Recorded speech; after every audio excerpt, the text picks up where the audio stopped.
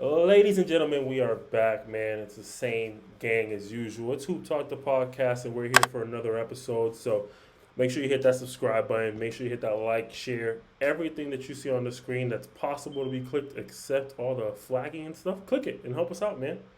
That's all you got to do. We ask every week, man. If you haven't done it so far, I'm disappointed in you. But the names will come up, man. You got to know who the crew is by now. We don't do intros. You already know who it is. We're going to get to it, man. We got some GM5 talk. We got some Oxleague talk. We got a lot of talk on us in us, man. So let's hoop talk right into it, man. As usual, we'll start with GM5 with week 7, I believe. They're week 7 now. 6-7, 6-7. Ever hear All those names? right. I hate that so much. Trying to bypass that as quickly as possible. Week 7, and I believe this should be our episode 7. Let me pull it up. I always, for some reason, that's the one thing that I just never pull up immediately. But luckily, it comes up fast. We have 4 games. I was wrong. 4 games of action. First game on the list was, despite the score, entertaining to say the least.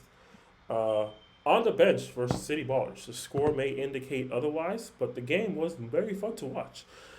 On the bench took that by 27, if I'm doing that math right. 99 to 72, almost 100 points for on the bench. City Ballers could not get it going at any point during that game.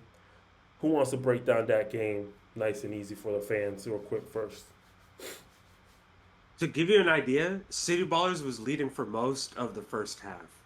That's why Nas is saying it was a good game. Because they were up at one point 28-24, and then, you know, Phil got a call he didn't like, and everything just kind of went downhill after that. To be honest, like that is the easiest way to explain it.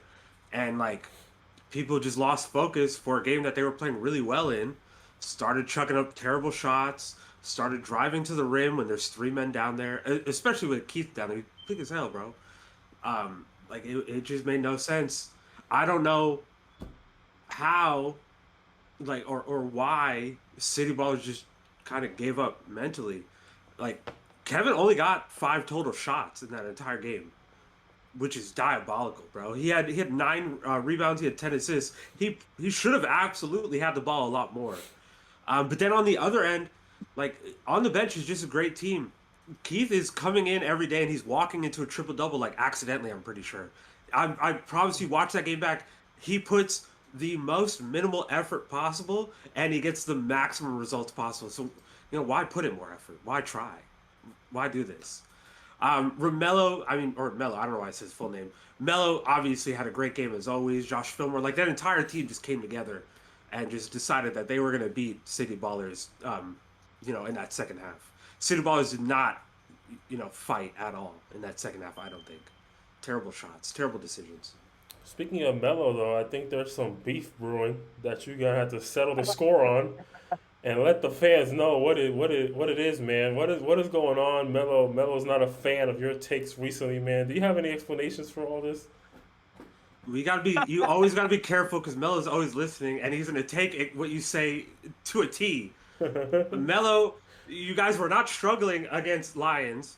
They were shooting very well. You came up to us and told us, and that's what I was trying to articulate. But listen, you guys aren't a bad team. I mean, I don't know. I don't think you guys are struggling. Fuck you, Melo. Shout out Melo though. He joined our fantasy league, man. He's our 16th member. Shout out to him for joining the 4th year of the Atlanta Fantasy Cool guy. Basketball League. Always. Go ahead, Pluto. You're gonna It's say gonna be a something? good time. Nah, I was just gonna say it's gonna be a good time. I do want to go ahead and say a couple things that I saw that the City Ballers could have done better. I feel like they were double teaming Keith into a 3-point shot, and what I mean by that is a lot of Keith's passes are to the corner, across court pass to a shooter.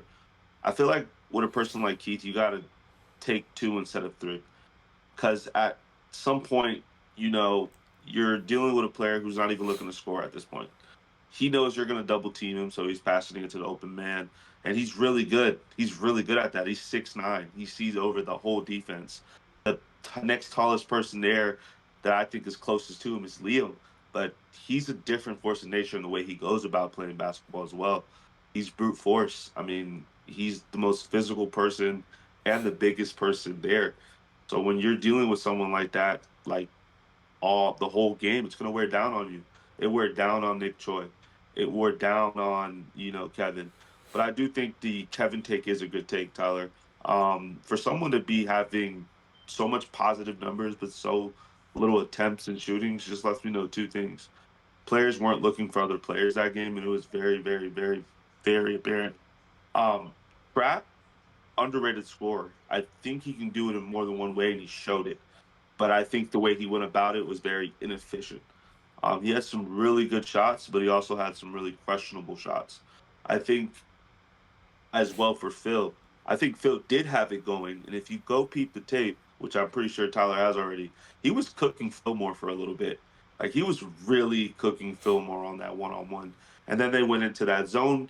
That zone is very popular this year in GM5.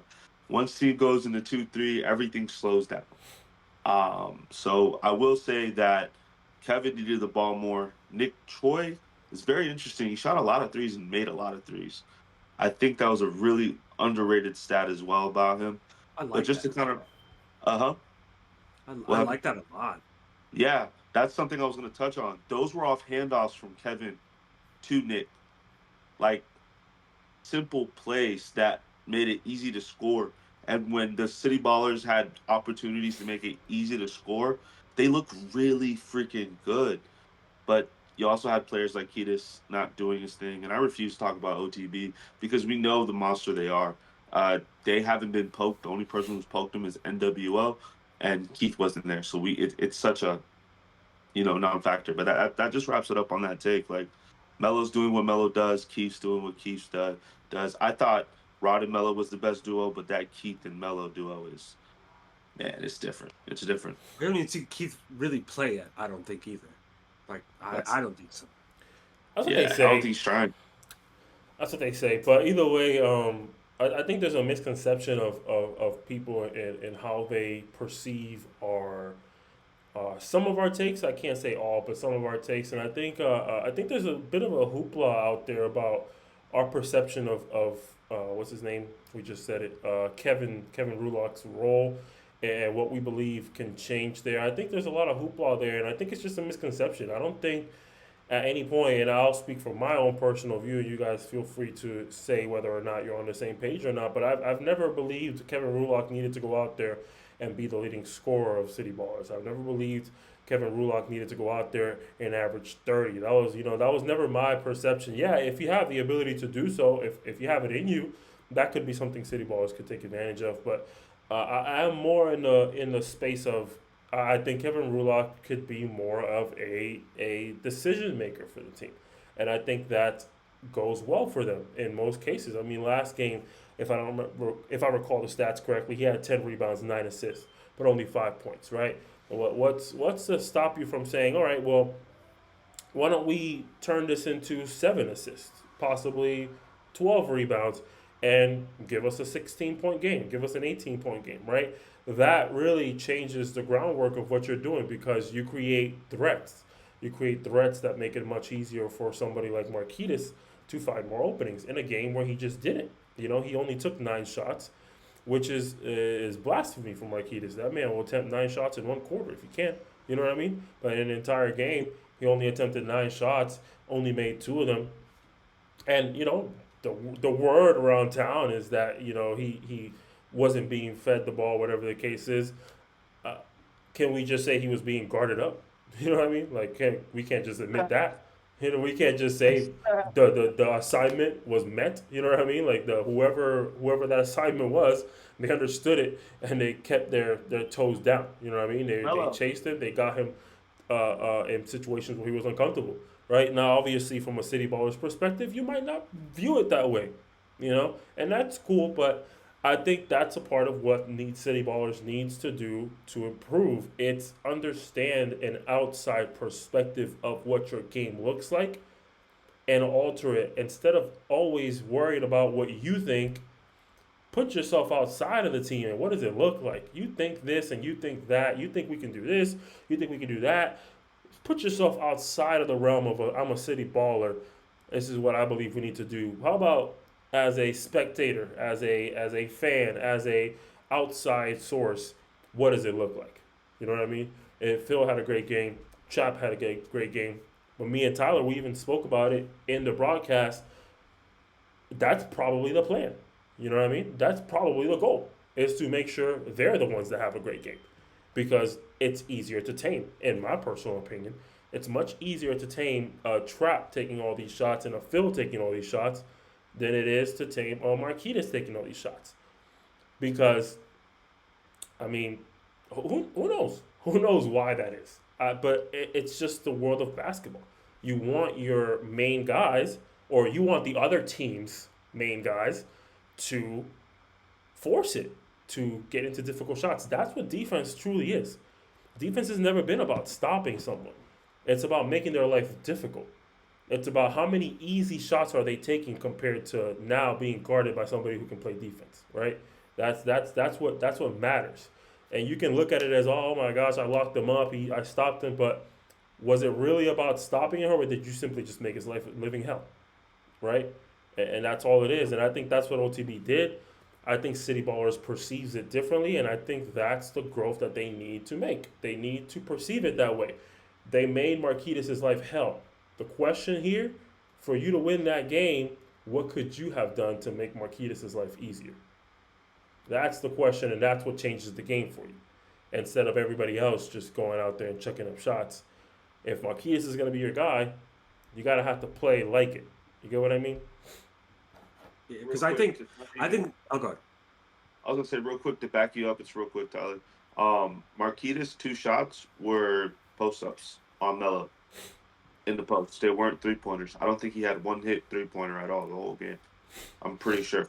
Yeah, because Melo was playing up on him majority of the time. When it was Melo, when it was film where they kind of tandem on him from time to time, they played up on him. He didn't have space. Yeah. He really didn't have space. They played him very well. But the other part of that is, like you mentioned, like Nick Troy probably had one of the easiest offensive nights that he's ever had because somebody was looking to set him up. This team just has a bunch of ISO scorers that are looking to make tough shots. Like Trap. Trap is a fantastic scorer, but how often is he spotting up? How often is he getting those shots off the spot ups? It's not that often. It's usually off the dribble. He's usually beating his man in some way, and that's hard to maintain. You really don't build off of that too well within your team. I think, like you said, give Kevin the ball a little bit more, give him more touches, and let him kind of orchestrate the offense. Similar to how Melo does it, similar to how Keith is doing it. Like, they are not necessarily always looking to score, they're looking to create, and you need more people on that team that are willing to create and give up their own shots. Because, like, is it working right now? Do you want to keep doing this? Is this the plan for the rest of the season? I don't think that's a good plan. It's not working. You know what's something I learned a long time ago that resonated with me? I don't know where I heard this or where, but I've always thought of this. And they say all the time, difficult shots are meant to beat the buzzer, not meant to beat your opponent. That's always what it is. You can't go an entire game thinking every single time you chuck up a shot and you're making it, this is what's going to win the game. There's no quality. There's no rhythm. Your teammates aren't getting touches. Your teammates aren't getting the opportunity to shoot it. And that's what they have to understand. Right? There was a comment made in these group chats that we have out of the millions, who knows which one it was, where a comment was made of, if these players did more, we could have won that game. Have you ever considered if you did less, those players would have had more opportunity to do more? That's a perspective that wins basketball games. Its understanding is how can other players do more when you're driving into defense looking for fouls and then complaining whenever you don't get them, when you're getting the ball on the three-point line, taking one dribble, stepping back and pulling up because you're in the groove, because you're feeling it, and then you want your teammates to do more. That's not good basketball, right? And that's always resonated with me. A difficult shot is meant to beat the buzzer. It's not meant to beat the team. You know what I mean? And you can't go from quarter 1, 2, 3, and 4 with difficult shots and expect to have win that game. That's my ultimate advice to City Ballers, is figure out a way to play team basketball because you have a great team. And that cannot be taken away from you. Nobody is going to sit here and convince me that roster-wise, the City Ballers look bad. They look bad as a team. But when it comes to individual talent on that roster, I said it on the broadcast, and I didn't get an opportunity to elaborate on it because things started happening. I got distracted. But I said it, I was starting to say it on the broadcast. You can't convince me City Ballers from head to toe don't have a very well constructed roster. Yeah. They have everything they That need, mentality. especially with the addition of Will, who is a phenomenal point guard to have. Kevin Rulock, who's a phenomenal guy to have, who can do multiple things on the court and provide a multitude of talents. Phil, phenomenal talent as well, also multi-talented. Marquita's a tough shot maker. Trap can be a tough shot maker and a shooter, a defender. You know, Nick Choi has shown himself. They might get David Butler at some point. We'll see how that works out. You can't tell me that's not a phenomenally constructed team. Just got to play together. That's all it takes. Got to play like good basketball together as well. Like Yeah.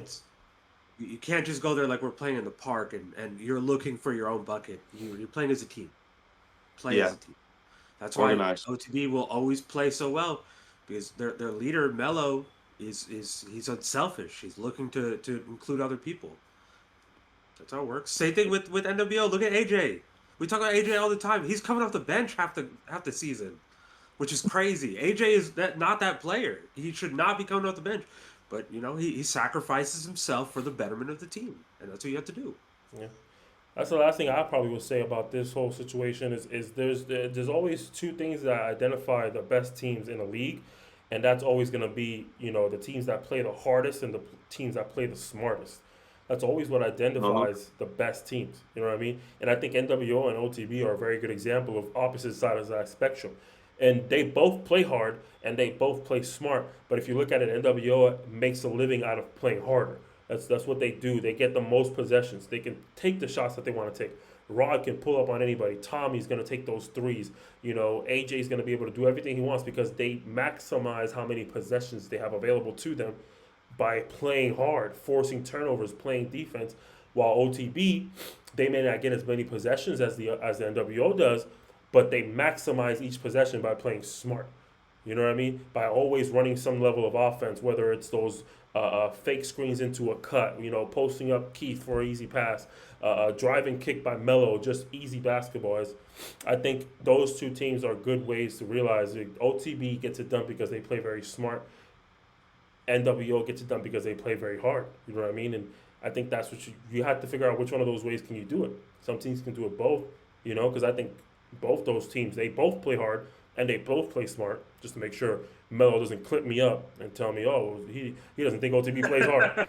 He's saying OTB doesn't play hard. You know, I mean, that's not what I'm saying, but I'm just saying. Yeah, that's what they say. You know, or I mean, that's what they do. That's what they're best at. I think that's the mold that you're gonna try to find as City Ballers. What can be your thing? And with your talent, you have the ability to play way smarter and make it very hard for teams to beat you. You have the ability to. You're beating yourself almost every game. Okay, but I think that's going to be our longest discussion because City Ballers, you know, they've been all over the limelight over the last week, or not even week. It's been a couple of days. Actually, this is Monday that we're recording this. This game just happened 2 days ago. So, but they've been in the limelight. I think this will be the game that really we talked about the most. So we'll get on to game number 2. Prey versus Lions Perception, which, if I had to say, was more disappointing than I thought. I'm not going to lie. I did think this would be an interesting game for Lions, and it kind of wasn't. It kind of wasn't when you look at that box score. It was slightly on the disappointing side. Prey took that 63-48, and I'll start with this one. I think the Lions just, I don't know, they didn't capitalize on last week. I think that's how I would describe it. I think last week they showed really good promise, and maybe Melo was right. Maybe they just weren't missing. Maybe they just had a hot night, you know what I mean, or a hot day in that instance. And you know, that's what made them look so good. It's just, I don't know if there was a standout. I think Prey was able to do this more as a committee than they have in the past. So shout out to them. Yeah. But you know me, I'm the man of context.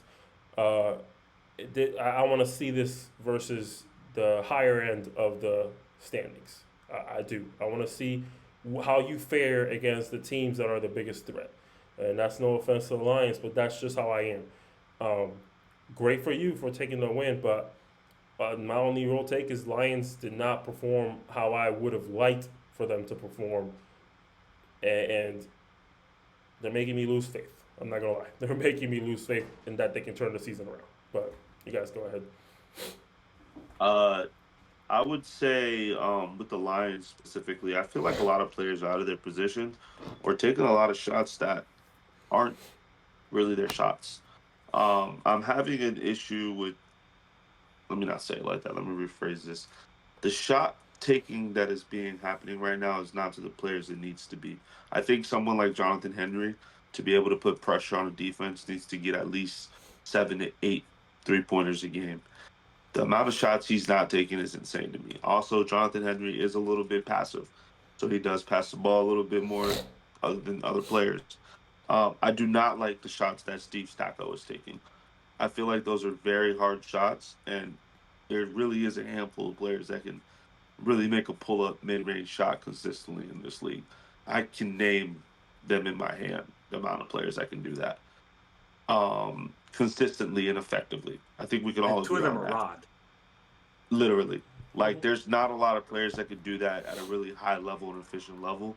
And I don't feel like Steve should be taking those shots. I don't feel like any of them should be taking those shots. I feel like they need to pass the ball.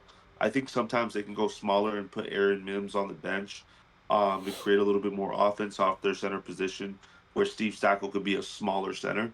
I think he has the strength. It's just the wanting to be more uh, willing on the defensive end. So being more of a defensive player. I think when Steve is more focused on defense, he's a lot better as a player. And those are my pointer on the Lions. I feel like the Lions have a really good team. I feel like that new guy they have, he's pretty athletic.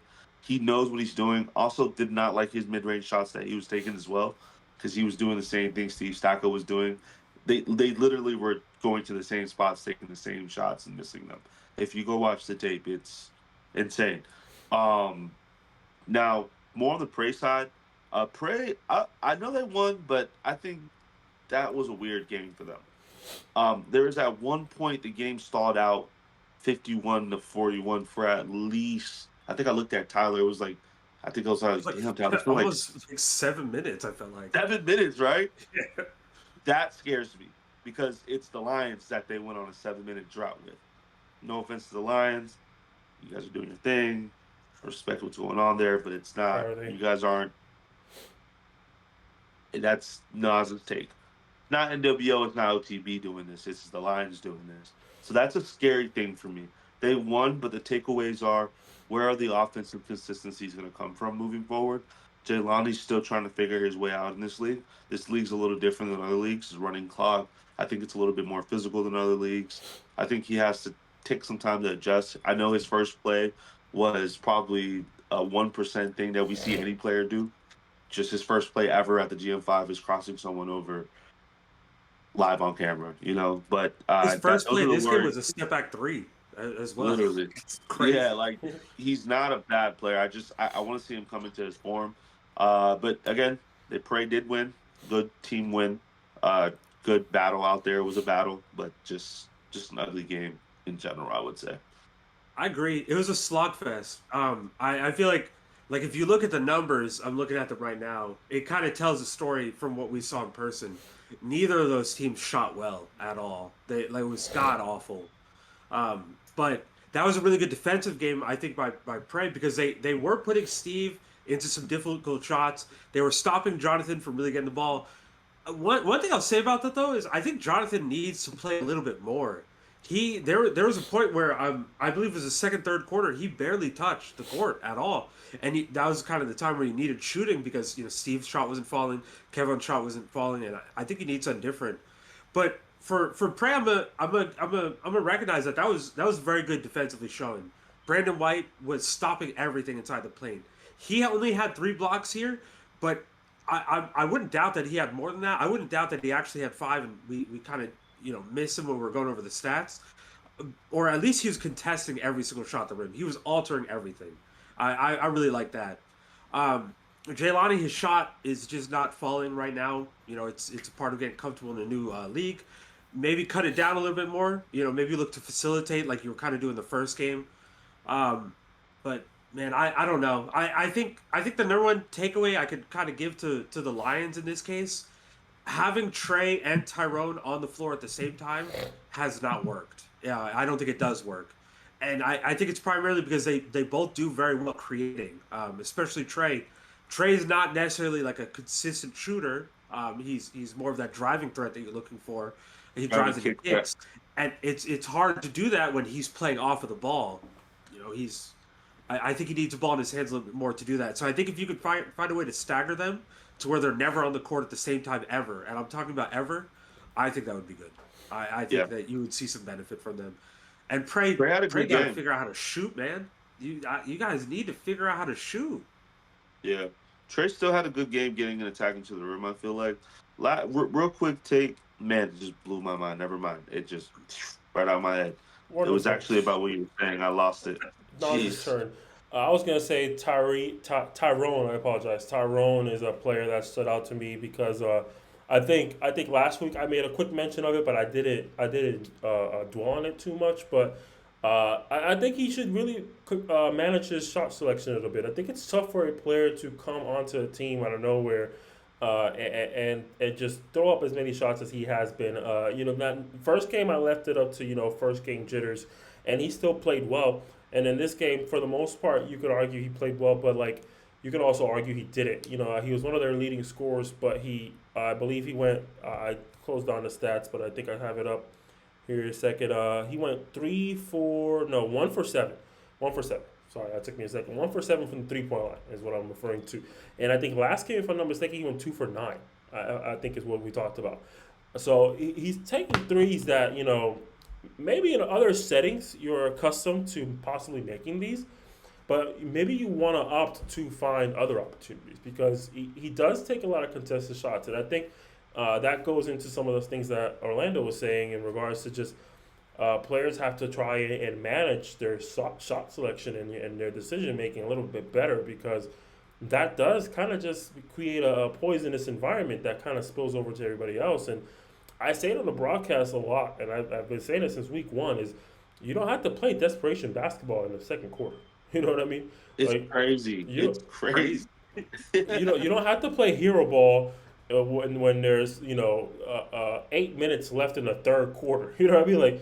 Let's get good possessions down. If you want to play desperately on the defensive end. Start fouling some mofos, man. You know what I mean? Start playing physical. Start going for some steals and contest some shots. That's where you want to be desperate. But a lot of these teams, I've said it on the broadcast multiple times, and I'll say it now on the podcast, stop playing desperate before you enter desperate times. You know what I mean? Be mindful that just one possession at a time. That's all it takes. Just play harder on defense, guys. I've said it so many times, and it gets tiring to say, but it's what I'm seeing. And, on the podcast, it's my job to speak it. You guys you're not locking in on defense. I'd say almost every team, if not every team in the GM5 right now, has the ability to get the ball in the hoop when they need to. Almost every team. Out of 9 teams, I can comfortably say 8 or 7 of them can comfortably get the ball in the hoop when they need to. But y'all gotta lock the fuck in on defense, man. That's where the game is won. What's the point of exchanging buckets? You know what I mean? If you're down by 15 and all you do is score 2 and then allow 2, score 3 then allow 3, you understand you're gonna lose the game by 15? That's just how math works. You know what I mean?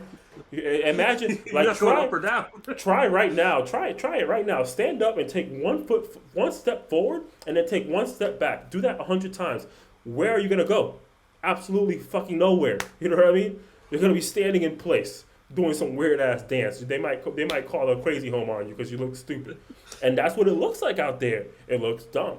You're just taking 1 step forward, by shooting a 3 and making it, and then taking 2 steps back by allowing and 1, 2, turning it over and then allowing another 2. So it's just play defense, guys, and that goes for a lot of teams. We're on this team right now. We're on this game right now. But listen to the broadcast. That's what y'all need to do. I be feeling like y'all watch those games on mute. I feel like y'all be watching those for film purposes. I think y'all be watching it on mute, bro. Yeah, we complain a lot. We complain about the things that we don't like in the game a lot. I said Jeff Jean at center, and Prey started Jeff Jean at center. I know they watch. No, they didn't. I don't think Pat understood my question. He was center at that moment. Bro, he didn't even take the trip ball. What do you mean? He didn't take the trip He ball. started at center. No, Yeah, he Doesn't he matter didn't. if he did the jump ball or he not. didn't even jump the ball. Freaking Lou jumped the ball. Yeah, the center. Nope. He said it there. I heard it with my own You two just try ears. not to pay me my money. Whatever. You're right. But that's it for that one, man. Y'all listen to the broadcast, man. I'm telling y'all, I be saying it, man. Lock it on defense, and I know these players, they have too much of a big ego. They don't want to use other players and other teams as examples because it hurts their ego. You know what I mean? But I Nobody's asking you to look up to AJ or look up to OTB. Nobody's asking you to admire them or to glaze, as they say. You know what I mean? But if you want to be a good basketball player and a good team, you should follow good habits. And who has them? OTB and NWO and the Vipers, for example. You know what I mean? Like the Vipers, we're gonna get to that soon. They're 2 games away from our topics here. They locked in. You know what I mean? They locked in and they did what they had to do. They capitalized. We're gonna talk about it in detail, and they did what they had to do. But like, let your ego go and realize, like, you know, we talk shit about, oh, we have favorites, or oh, we be talking about the same people every week. I mean, what the fuck are we supposed to do? You know what I mean? Does the media not talk it's about winning. Jokic every week? Does the media not glaze on Shea every week? He's doing the same thing over and over again. If I glazed it last week, I'm gonna glaze it this week because I was shocked last week. I'm even more shocked he's doing it again. You know what I mean? Listen, let me tell you this. If you want us to talk about you, win. We talk about people that we like to win, like to watch. It's enjoyable basketball. Melo is enjoyable basketball. Rod, AJ, like all these guys, it's enjoyable basketball because they're playing basketball the right way and they're winning. Just win, win.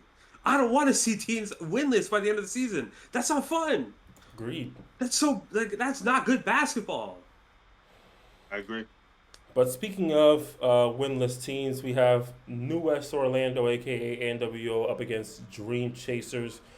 Dream Chasers unable to get their first win of the season. They lose this 74-61. That was game 3 for week 7. What do you guys think about this game? What were your ups and what were your downs? Listen, the same way that we talk about Phil and like him losing it, Kel, this is the second week in a row where you've lost it during the game, and I don't know the exact stats because they're not out yet, and you were shooting pretty well, but the other decisions that you were making reflected you kind of losing it. There were a ton of terrible fouls that you had, a lot of bad turnovers. There was even the tech that you had.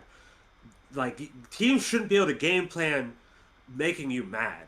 That should not be something that's just easy to do. And I do think that's what happened here today. I think you guys started off playing NWO as well as any team could play NWO other than like OTB.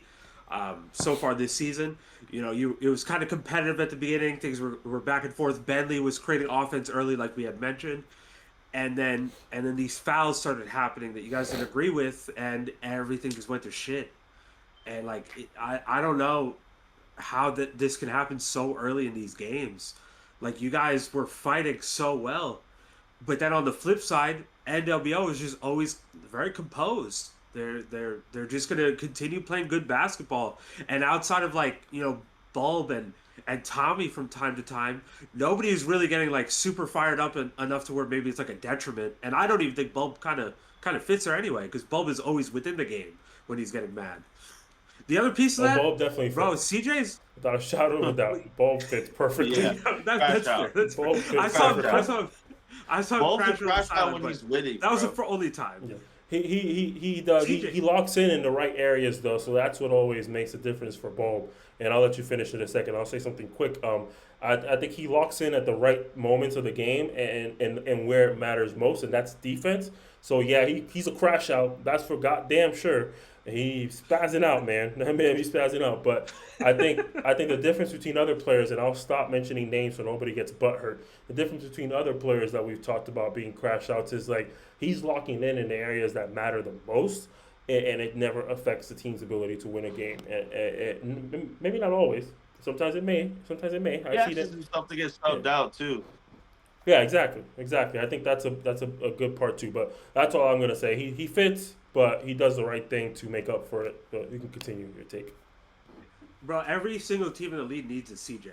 I promise you, he's just so fun to watch, and he doesn't really like show out. He's not on the scoreboard a whole lot, but like he's fighting for every rebound. He's playing very good defense. He's looking for outlet pass. He's looking to feed open guys, and he's firing up people on the bench. Every team should identify like their own CJ, and I think Dream Chasers kind of needs that as well. Someone that could be a leader for you that doesn't necessarily have to lead by like stats. Someone that could just lock everybody in, kind of be that on-court coach. I think everyone needs that. I think Turon was trying to be that for Dream Chasers, but Turon's also trying to score a lot for himself, and like he's got the bad finger, and it's not really translating too well. So I think the real goal for that team is, what do you guys want to do? Like, what is your plan? Is it going to be like Dane is going to be our leader and we're going to kind of follow him? Then everyone has to lock in, because I was watching you guys on the sideline and a lot of people were kind of walking away when he was talking. Like, what is the plan with that team? Do you guys want to win? Next week you're playing the Lions. Who comes out on top? Who's the first winless team?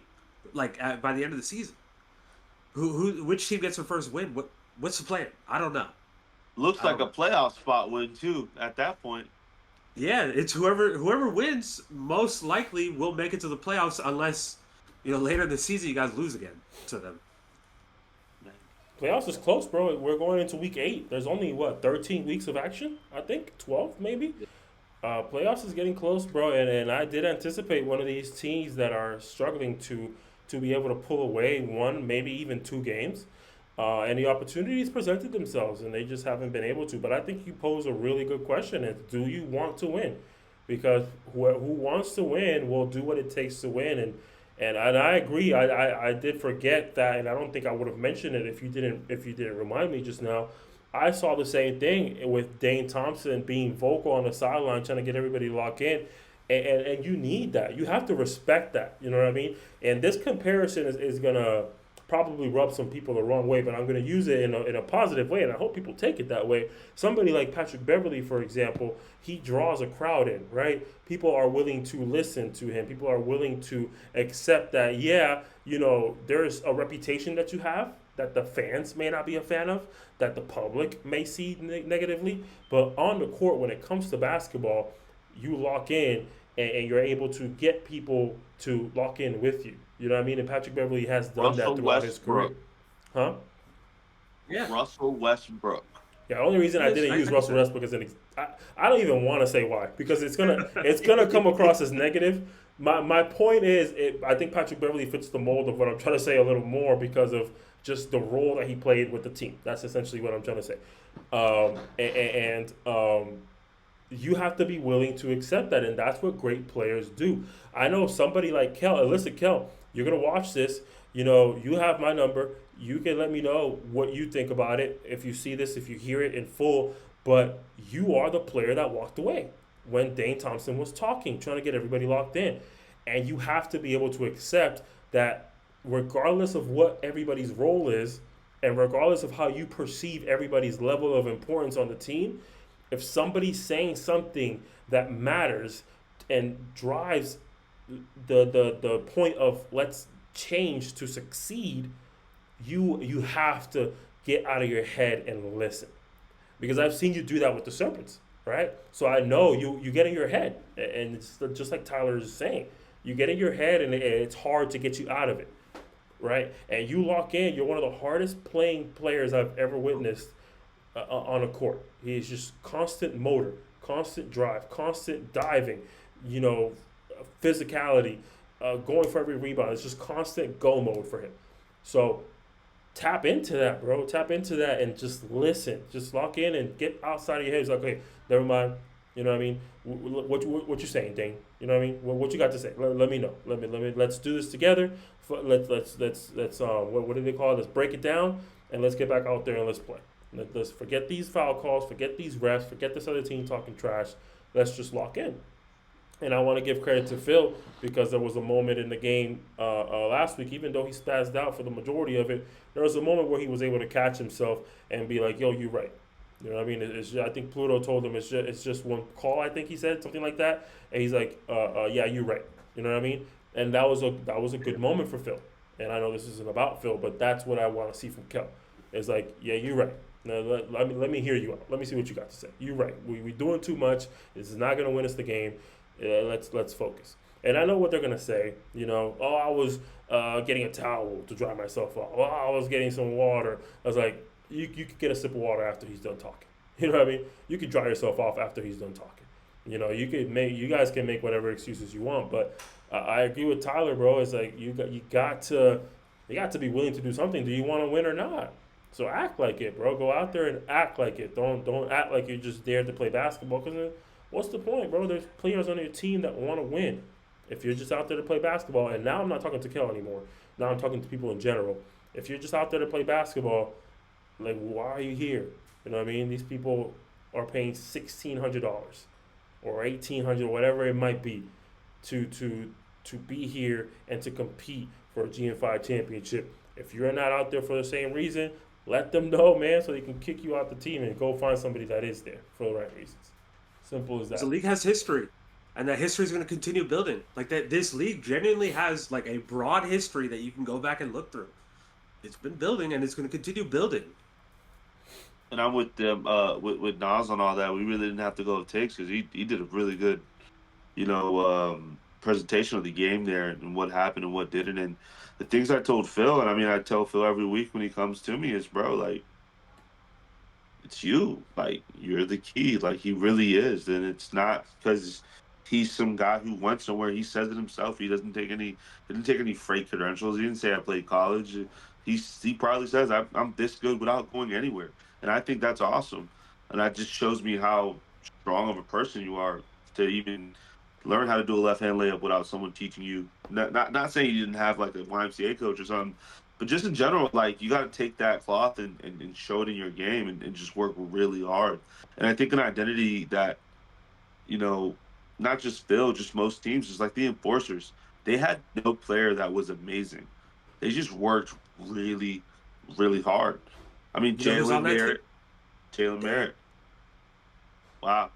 And Dane, that team was like a rough, and Dane's a rough person. If you listen to him talk, he's just rough.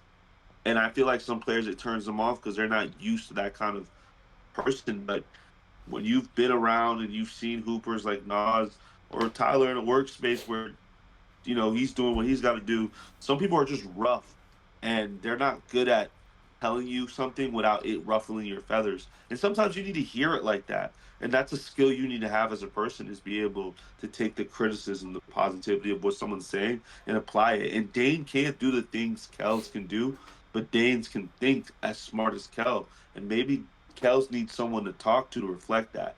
Like Nas said, this can be a moment for you to be like, you know what, Dane, what do you see that I don't see?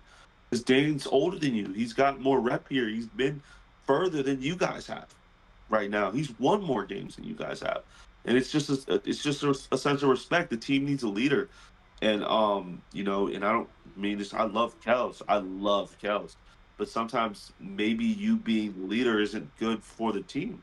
Maybe Dane needs to be the leader, and you can be the emotional guy, the heart of the team, which I feel like it fits you way better than anything, because you are the heart of the team. Like you really are the heart of the team. But regardless of that, it was a good. It was they tried. That's all I gotta say. They tried. I don't know. Maybe next week it'll be better.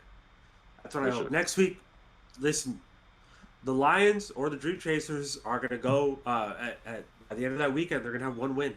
Hopefully, unless something catastrophic happens, which would be crazy. That would be crazy. I can't even think of anything. But next game was the game of the week. Huh? This is a playoff game for Dream Chasers and the Lions. Yeah, it's a lot. Next game was the game of the week, and it definitely lived up to the expectations, man. Vipers versus Park Legends, a back and forth battle, double overtime, ladies and gentlemen. Make sure you go tap into that game. That was some exciting basketball to watch. Vipers came out of that surprisingly. Park Legends looked like they had the upper hand for a good portion of that game, and things kind of fell through. But Vipers came out 70-66. Putting the Vipers at 5-1 for the season. They're having one hell of a season. Putting Park Legends at 4-2. I'll start with this one. I mean, that was some great basketball, man. That was some great basketball. I think Park Legends made some questionable decisions at the end of the game. and did not stick to what was winning them the game. I think Jose struggled for a good portion of that game. And struggle by that I mean like he wasn't just going Yeah, over watch and out. over again. You know what I mean? Huh? Melo heard that. Melo heard struggle. Yeah, listen. As soon as I post this, about an hour later, we're gonna get a message from him. Do you think Jose struggled? That's crazy. But either way, my point is, he didn't have it going repeatedly and consistently. It was kind of an on and off night for him, or day. I'm used to basketball happening at night. An on and off day for him. And I think that second half, primarily that fourth quarter and overtime, he started getting more consistent ability to score. And I think, I can't guarantee I remember every defensive assignment that was out there. I can tell you. I Go can tell you ahead. right now. They took was not in the game towards the later part of the fourth and into the first overtime. Ish was not there, and I think he was a defensive assignment for Zay majority of the time. Yeah, Which he that's did a right good there. job on. And that's not staying consistent. You know what I mean? And that could lose you the game. I mean, there was a point where, if I'm not mistaken, the Vipers were down by like 12. You know what I mean? And then they go on a crazy run. It was like a 16-4 run. You know what I mean? And next thing you know, they get a lead. Now the game is all back and forth. Now they're going exchanging leads, tying it up over and over again. It's like you were just up by double digits not too long ago. But and that's positive to the Vipers for obviously pulling through and playing great basketball. And I don't believe those stats have been updated. I wish they would have been, but the Park Legends, I think it was just inconsistent assignments. That's all it was. I would say you have to know who is who in that situation, and I think you have to know Zay's gonna be the guy who takes the helm and decides to try and win this game back. And other players are going to take shots. Liam had some good plays.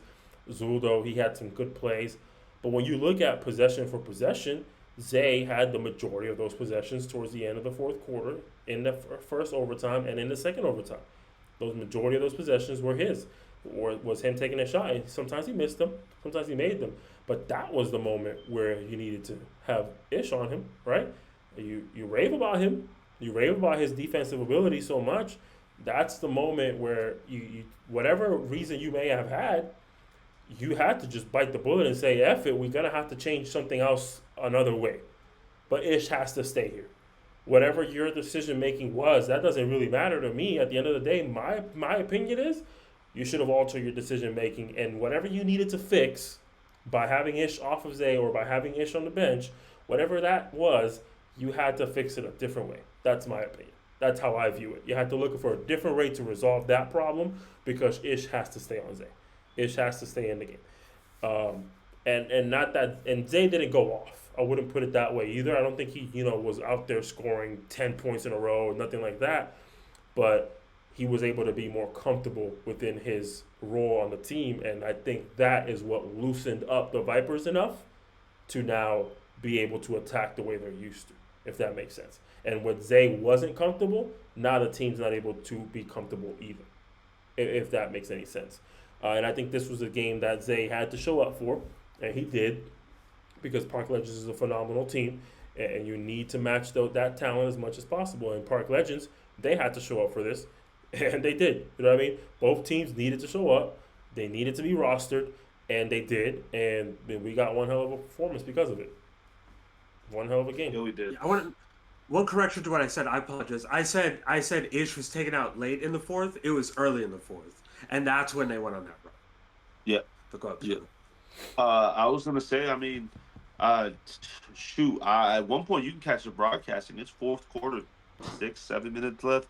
I'm telling Nas, man. I mean, Vipers played great. I mean, I love what they did. And then out of nowhere, it's a 3-pointer. It's a 2. It's a fast break. It's Gio bringing the ball up to a good dish to Zay on the fast break. It's Liam's 3-point shot. It's Liam's 2. Off like it's a barrage of buckets, and City Ballers at one, not City Ballers, I apologize. Park Legends at one time, they're celebrating already. Everybody's getting ready for the rest of their weekend, but not the Vipers. They had something to say. They called Poppy from the stands. Poppy came down and he started delegating personalities, regulating emotions, and letting people know who they are. And that's why you need a good coach when it comes to these teams, or if not a good coach, someone who can see the game. Because you had someone who was able to regulate Liam, let Liam know what he's doing is straight. And at times, and I don't mean it, you got to manage emotions. That's the word I'm looking for with Liam. He's a hell of a player, but if his head's out of it, he's out of the game. But they have players on that team like Remy, man, player of the game. I don't care about buckets. I don't care about any of that. He brought that team together, and he is their distributor. He is not a point guard for them, but he is their facilitator. I don't care what no one says. He found Zuldo. He found Liam. He found Zay in corners. He was popping out in the shooters. He was making layups. Remy was playing defense. He brought those boys back. He kept their head in the game. He was able to manage their emotions. He was able also to be there. Carriel did some good coaching as well with his father. I think the Vipers showed how to win uncomfortable. Not every win is comfortable, but now I see what Tyler and Nas say about you have to go play these guys, and you better bring your best game because these guys are just going to keep chipping away until they can't chip away to win. And I feel like that was a good showing from them collectively. But Greg, Greg is the guy. He's that guy. He's that guy. Vote Greg for president. That's what I'm going to say. I will say, Carriel did a really good job because I think it was like late in the third quarter. Tyrell and Liam, they were like arguing on the court about like some I guess a defensive assignment to where a rebound kept coming through or they weren't defending the paint or something. But they were arguing on the bench to the point where like they called a timeout to go argue because they had to talk it over. And Carriel just kind of like nipped that in the bud, got them together talking. And then after that, that game really did change. After that, that's when Ish comes out and they go on a run because they were finally able to lock in. That's what good teams do. They lock in and they stay locked in. I don't think Park Legends are bad. I want to preface this before I say this because TP, I know you're listening. I don't think Park Legends are bad, but I do think Park Legends has an issue of staying locked in at the end of games.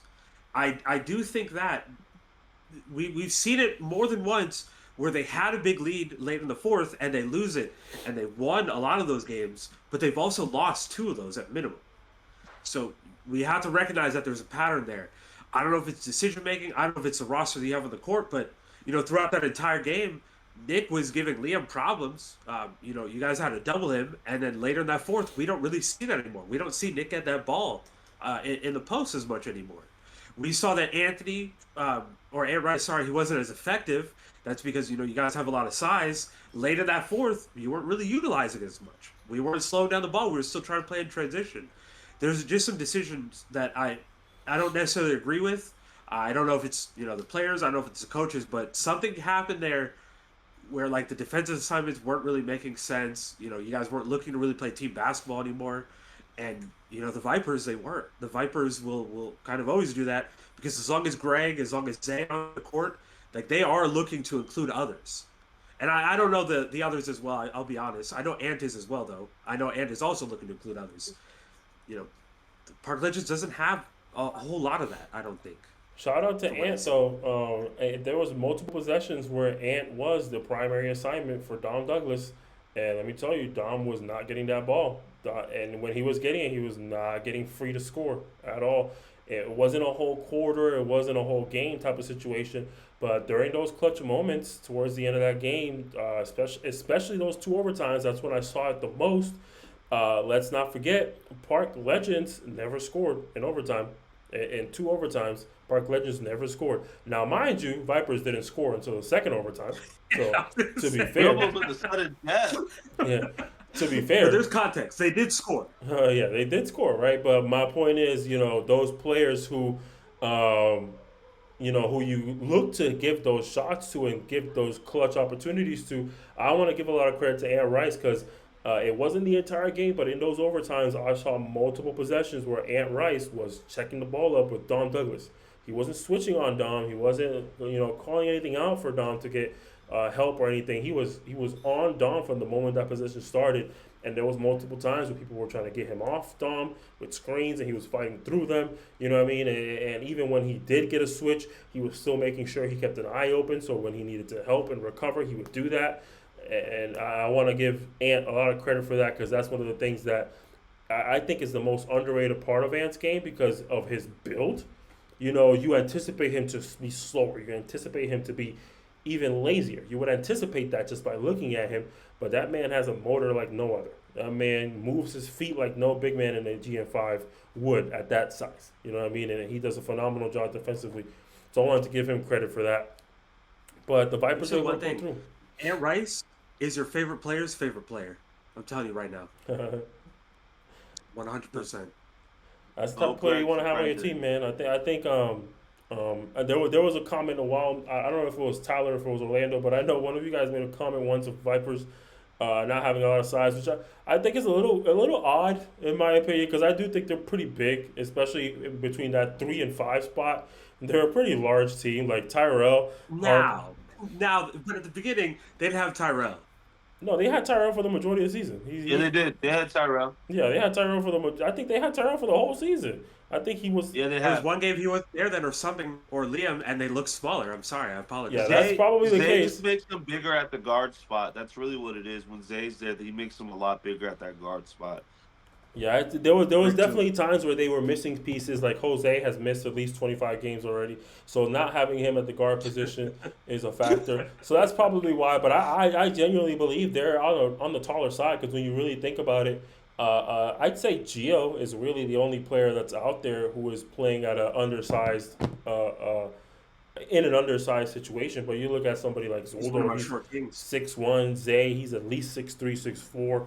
You know, Tyrell listed at 6'8". I think that's a damn lie, but he's at least 6'5". He's not 6'8". He's 6'4", 6'5" at least. You know, Liam's another 6'8". So they're a big team, man, and they move. And the reason I was bringing that up is because they move so fast for being such a taller, lengthier team. They move so fast, and I think that's what helps them succeed.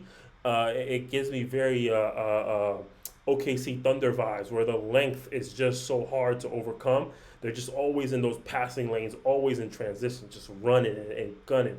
You know what I mean? It's tough to go up against. What do you used to call it, Tyler? What is that called? The style of game that they play, rip and something, rip and go. Oh, rip and run. Rip and run, yeah. They give me that vibe, that rip and run. There's just constant, just in your face and running. It's hard to overcome, man. The Vipers, they showed their thing. They did their thing, and they showed off. I think they really showed why they are the team that can give OTB and NWO the biggest threat for that finals appearance. And I'm going to continue to stand by that. If they can come together and win games like this against a good team like Park Legends, I'm going to continue to stand on that until they prove me otherwise. Agreed. Yeah. I agree. Hey, listen, I already asked for a jersey. Tyler's asked for a jersey for every team. He's gonna show with a new jersey every week as soon as he gets it. Listen, yeah, I asked for a loaded jersey too. We'll talk about them soon from Oxleague. Hell yeah, I'm trying to get a signed one, number 21. Trying to Cam. But that was the last game of Week 7. Count Up had a bye, so they finished the week 4-2 without having to risk their record there. We got upcoming games, and then we're actually going to talk about the Oxleague for a little bit. But we got upcoming games we can run through pretty quickly. Game 1 of Week 8 for GM5 is going to be the Lions Perception versus the Dream Chasers, ladies and gentlemen. The battle of the winless, unfortunately, for them. What team, what team is walking out of this with their first win of the season? What do you guys think? Really quick, we have a battle of the winless and a battle of the win, which we'll go over soon too. They only have one win. But I have Dream Chasers. I've picked the Lions 2 times this season. They've let me down. Man, You let yourself down. Come on. wow, that one hurt them. I'm going with the Dream Chasers. I think Kel's Stackos is gonna be a good little matchup. But I'm going with Dream Chasers this week. I'm going with the Dream were they Chasers. teammates? On the Royals. Yep. Okay. which we're gonna start recording next week, Saturday. Make sure you guys tap in 6 o'clock. But yeah, not next week. This week, I have Dream Chasers. Trying to think if I can convince myself otherwise. No, I'll take Dream Chasers here. I have Dream Chasers. I think they've shown me more, unfortunately, and that's not me trying to continue to bash the Lions, but that's just what it is. They've shown me more, so I have the Dream Chasers on that one. But it is possible the Lions can win this for 100%.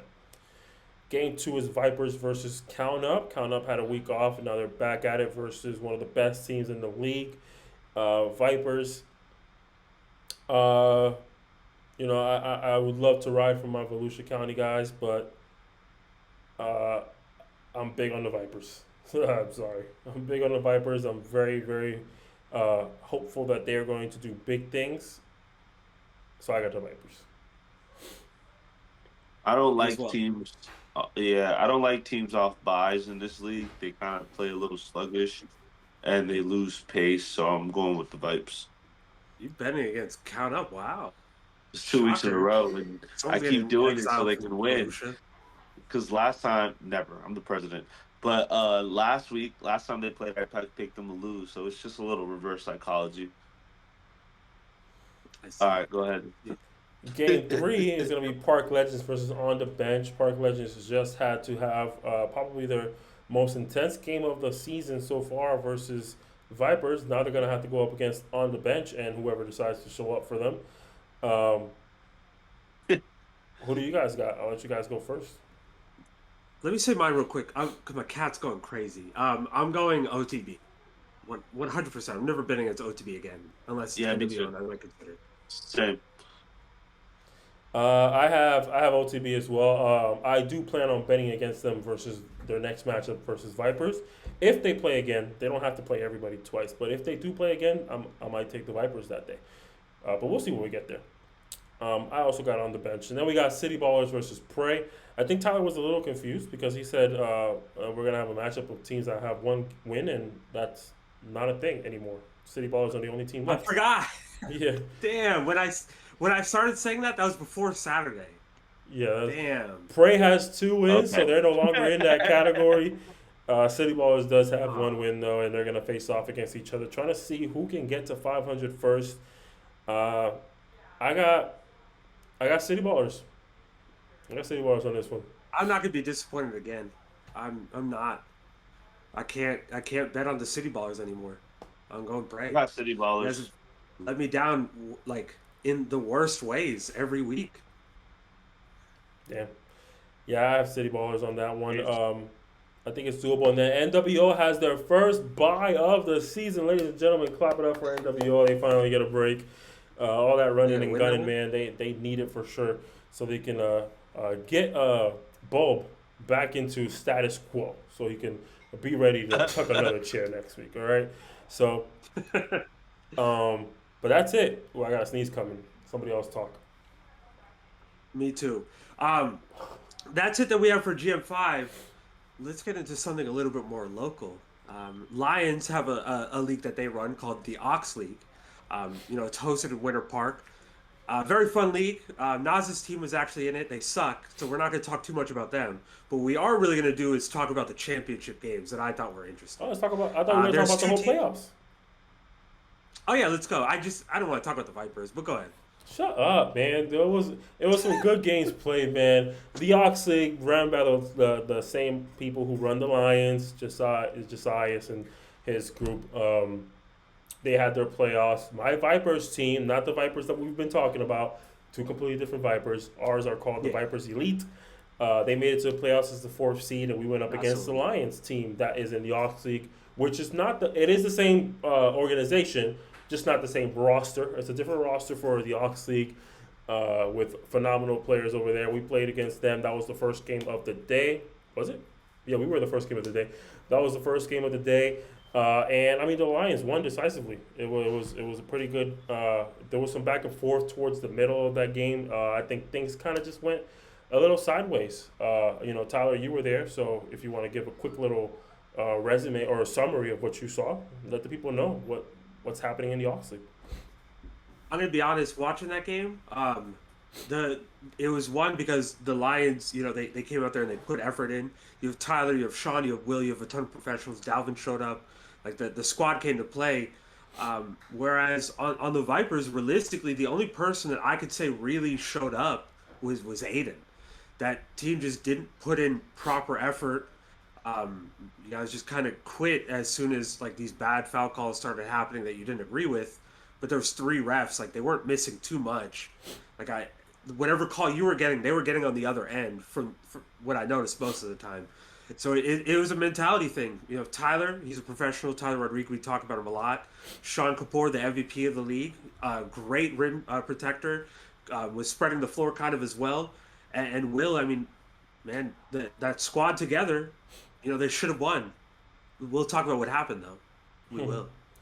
Yeah, I think the biggest thing that I didn't like about that game, and I think it's what really won the Lions the game, is we were just too stuck on doing the same thing over and over again without making adjustments. Like, this is not working. You know what I mean? And we look at one of our guards and main ball handlers in Jello just continuing to drive the ball on a rim protector like Sean Kapoor.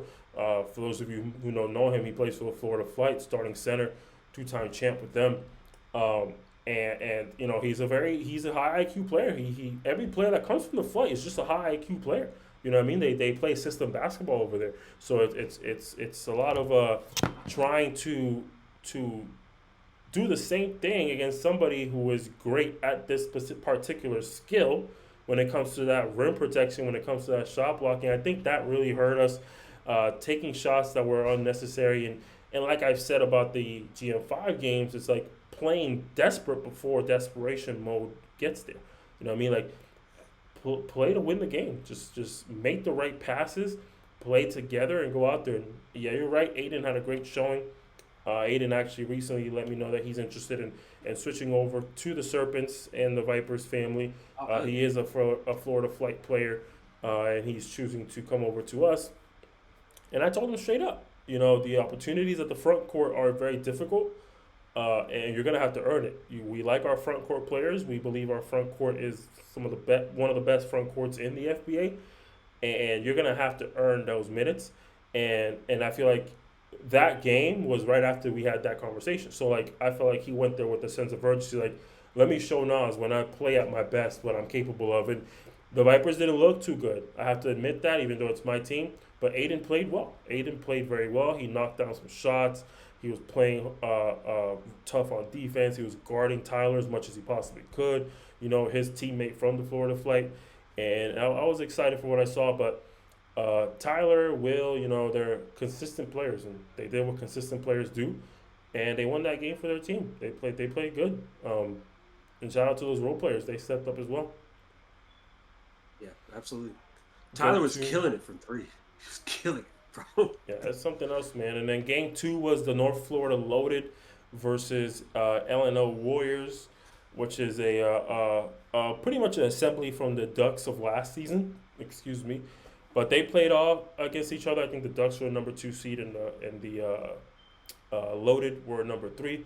But the Loaded definitely ran away with that game. I think it was pretty decisive for the majority of that game. There was some moments where it looked like the Warriors could get to it and make it an interesting game. But, man, I don't have rosters and names because we didn't partner with the Oxleague for their second season. The way that we did the first season. But, man, number 21, golly. What? Cam, that's his name, Cam. Golly. God fucking Lee, man. Cam went crazy. Listen, I don't know Steph him. Curry in the cut, bro. I promise you. I don't know him personally to the point where, we're on a first name basis or anything like that, but I've seen him. He's participated in the FBA. I've seen him play around in different settings. And he's always had a shooting ability. He's always been a player that can knock down a shot, and you want him to be open for good shots. But, man, the shooting exhibition he put together in that second game and then in the championship we're going to get to, Cam went fucking nuts, bro.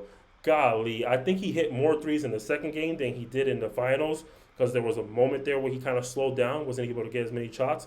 But he still knocked down a bunch of threes in the finals, too. But he hit, like, Bro, if you told me he hit 25 That threes, I'm number not on even his going to front. back, I'm not even. that number on his back was how many threes he hit. I promise Yeah, you, in a I row, swear to without God. missing. I Listen, promise. you watch the film. That number on the back of his jersey said 0 when the game started, and at the end it had a Yeah, 21 on it. I'm just saying. I'm just saying. Pluto. I'm telling you, bro. You if you were there, you would have seen. Bro, He had I a would have three for everyone stopped on the it. I would sideline. have stopped that. I would have coached them up better. nah, But I do want to shout out. he You snapped. can't But coach Steph Curry. You can't coach against Steph Curry, bro. I promise. He was hitting step back threes, off the Steph Curry dribble hasn't threes, met Pluto. half court That's the threes. real problem. He snapped. But go ahead. No, But go.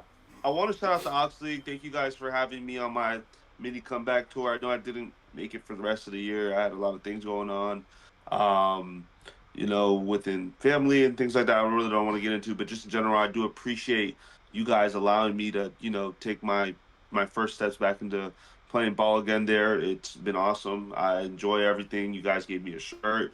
You guys, set me up with a pretty decent team, which I had no choice in, but I still got hooked up with a great team and a great experience. I got to meet players. I got to be back on the court, and that was the funnest part. But I do want to say that they come back this February, and I want to shout them out because a lot of people February? look at these Really? leagues and yeah, I I didn't know think it's that. February. That's what I was told. Um, but I know there's a lot of leagues out here, and there's a lot of people out here that say they have this and that. But these guys are really professional. The teams that play are pretty decently cheap compared to the other leagues around here.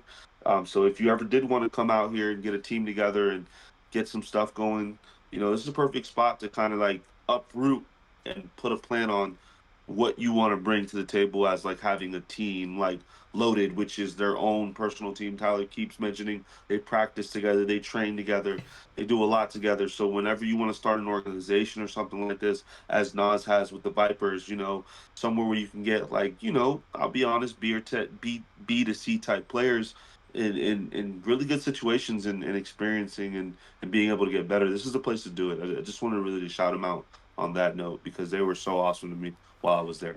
Listen, I wouldn't take all that advice because the Oxleague intends to grow fast, and they showed that from season 1 to season 2. The growth in talent was drastic, and I'm not trying to say that as an offensive thing at all whatsoever. I'm just saying what the facts are. You know what I mean? Remember, we're a podcast and we talk about what we see, and what I saw was a drastic jump in talent. So if they're gonna continue this trend, who knows what season 3 is gonna look like? But I want to finish up my take a little bit about the game, and Cam was the player of the game without a shadow of a doubt. That man was a fucking flamethrower. But Trent Bryant can go, bro. Trent Bryant can go. He is such a God. controlled freight train. You know what I mean? It's literally like a train. It's like it just goes one direction the entire time. You know what I mean? But it's never steered away from its direction. That's Trent. He gets this tunnel vision in a good way. I mean that in a good way, where he knows where he's gonna go, and it's like it's gonna take a lot of fucking energy to stop him from doing it. You know what I mean? And he's one of, I've said this about many players, but he's one of the best talents I've seen in Central Florida. Although I believe he's from Jacksonville, I don't think that's Central Florida anymore. I'm pretty sure that's Yes. North Florida at that point. Well, that's their name. That makes sense. North Florida loaded. But either way, regardless, just one of the best talents. He's around here a lot. He plays for the Kissimmee Lambs. I've seen him play for other teams. Trent Bryant, man, y'all look him up. He's phenomenal. He can shoot the ball, but man, his finishing ability is phenomenal. His fast break game is outrageous. He's like Giannis on the break, man. He's just gone and just cannot be stopped on his way to the rim. Talented player, but I'll give it to Cam. Player of the game, quite arguably player of the day, if not. Did you have anything else about that I don't game? know, because we'll talk about the next game. Trent was kind of the secret to that next game. Yeah, I think personally. 100%. And then So the I think last co game, MVPs. the last game of the evening was actually the Loaded, who won their game, and then the Lions, who won their game, had to play another game that same night. The Loaded, by the way, only had 5 players the entire night, and that definitely played a role in that last game, in that finals game. But it also played a role for the Lions. Now, interesting that it did, considering they had an hour break to get themselves hydrated and ready for another go around. in a running clock situation where the game's only 50 minutes long. So I'm just saying, a little interesting that it did play that much of a role. I'm not gonna judge. I'm just saying maybe you guys were eating the wrong things on that break. I'm just putting that out there. The loaded, however, they had to play back to back. They just had about 5 minutes of warm ups at best to Like, break time. yeah, if that, because they were already there. The Lions, they started pretty quick. Yeah, they were already there. They were already ready to go, man. And loaded have 5 players. One of their players, Tyler, did you get his name by any chance? The one that yelled at Pluto. Oh, John. I think it's funny it was John Rice, but yeah, number 4, Jarice. Jarice Taylor. Jarice, is that what you said? Something like that. Yeah. Well, we'll Yeah. just call it that. But yeah, he cramped up, man, and he looked like he may have not been able to finish the game, but he was able to. They put some sort of crazy ointment on him. Let me tell you, pretty sure that shit is illegal. It was cocaine. They put some sort of ointment on him or spray, saying that it's gonna help against cramp. Next thing you know, that man's jumping out the roof. This man was just about to pass out with a cramp. They spray something on his leg, and now he's jumping out the roof, getting all the rebounds, blocking Sean Kapoor, who's a He goddamn blocked Sean tall the player. play right after they put the lidocaine Yeah, on his calf. Right after. Immediately after, literally the exact same play after, just immediately blocking Sean. So they told us it is what Tyler just called. What'd you call it again? Medicaine. Lidocaine. Lidocaine. Okay, I personally had never heard of it. I've never used it, but it must be a popular thing. And whatever they say it was, I think they're lying. They put some sort of illegal substance on that man's leg because he turned into a superhero. But he played well. You said yourself, and I'll let you give your take on it. Trent did a great job. Cam did show up and make some good threes. I think the second half got slower for him. He wasn't shooting as many shots, but I have a highlight that I'm going to post, Cam, so make sure you share with everybody, where he had a nice drive to the basket, got a pass from his teammate, hit an and one, and he just started yelling his ass off, banging up against the wall, man. It was a great game. It was exciting. It was 100 plus points for both teams, man. It was exciting basketball. What did you see there? It came down to 1 point, didn't it? Wasn't 104, 103 at the very end? I don't remember. Something like that. I don't remember the whole score. But that game was really good. I think Trent kind of took off earlier in the first game to preserve himself in the later game because they only had 5. Jimmy was there, but his leg was like amputated or something. I couldn't walk on it. I don't know what was going on. Amputated so is crazy. He just lost his foot. So they only had 5 players, but each of them kind of took a moment to shine on the game throughout. Other than Cam just took the first fucking full game, just had fun doing a shoot around. That game though, Chev showed up. John Rice, like I mentioned, he showed up and he played very well. He was playing a lot of defense, but also he gets up, bro. I'm almost certain that he almost had a poster in that game. I gotta go back and double check. He was playing fantastic. But once Trent recognized that Sean could not really come out to defend him in the perimeter, because then the paint was wide open. They're very good at cutting.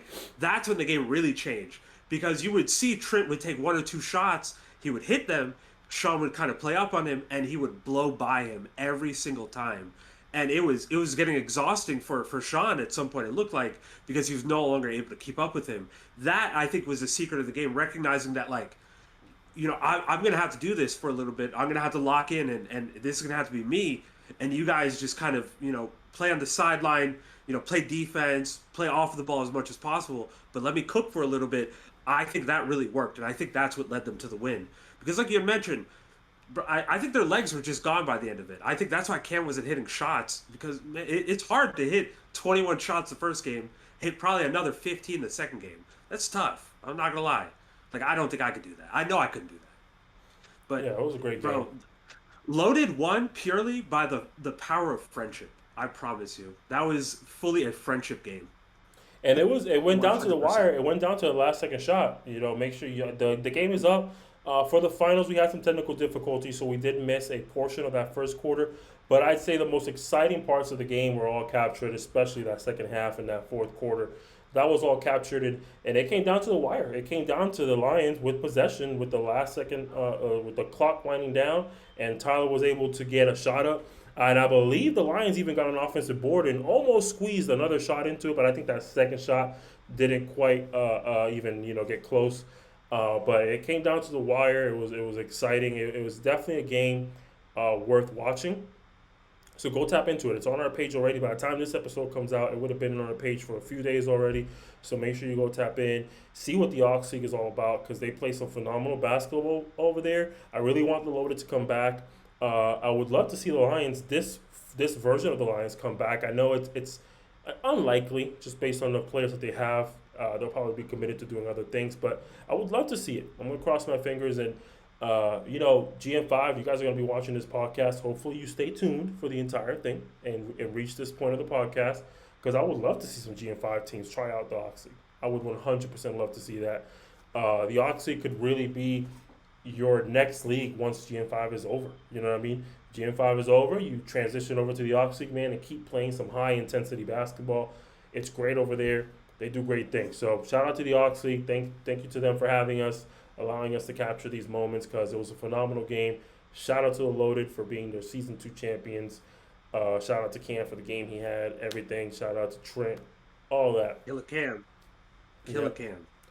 But Cam Curry. I don't know what name. Cam Curry.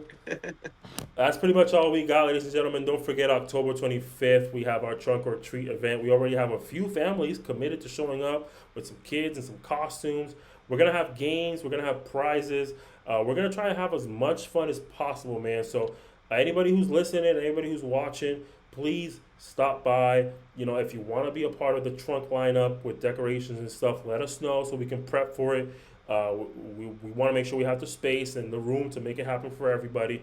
If anything that you want to participate in any type of way, just let us know so that way we can fit you in and make it all work.